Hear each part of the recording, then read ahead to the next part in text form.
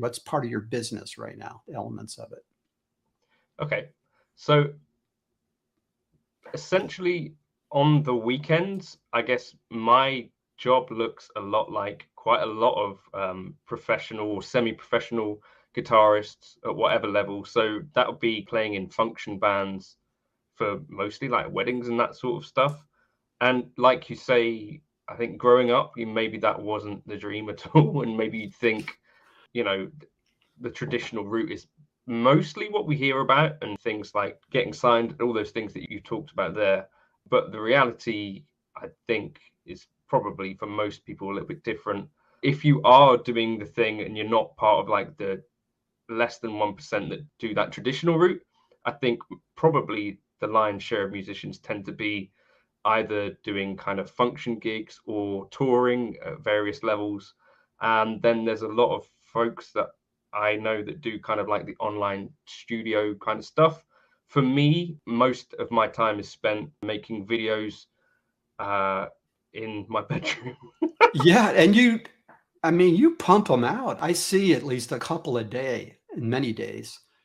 So one transition happened recently. I had a daughter, and Yes. so I've gone from doing 2 a day to 1 a day, and I think that's probably more reasonable anyway. Yeah. Since about 2019, I was doing 2, sometimes 3 a day. But the main reason I do it, to be honest, is just so that I have an excuse to play guitar and create something every day. But yeah. Yeah, so since you're doing it anyway, you figure, well, why not, right? Yeah. Why not put it out there? And again, talking about what it means to make a living this way, there's multiple streams of income. People used to think you could make a lot of money, like AdSense revenue of YouTube. That's not so much the case now until you get really enormous. But you also have a Patreon page. You also hope people will buy you a coffee, make a Yeah. donation. But why don't you talk about some of the other things you do? Okay, yeah. So before lockdown, I would say most of my money was from the kind of function gigging. And so the thing with that is that you have like a limited amount that you can do, right? You can do maybe 5-6 gigs a week, and that involves a lot of traveling generally around the UK. I used to, be driving to and from these gigs, and you get back home at like 2 o'clock.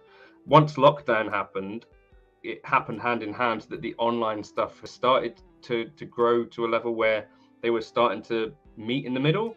And so basically my streams of income are, as you say, the YouTube ad revenue, Patreon, the buy me a coffee thing, the gig money, and then I guess I also sell presets for like the bits of gear that I use. And then a tiny bit of money occasionally comes from companies who sponsor, like they might, ask if I do a demo of a piece of gear, and I generally say no to those or don't respond. And then actually, TrueFire?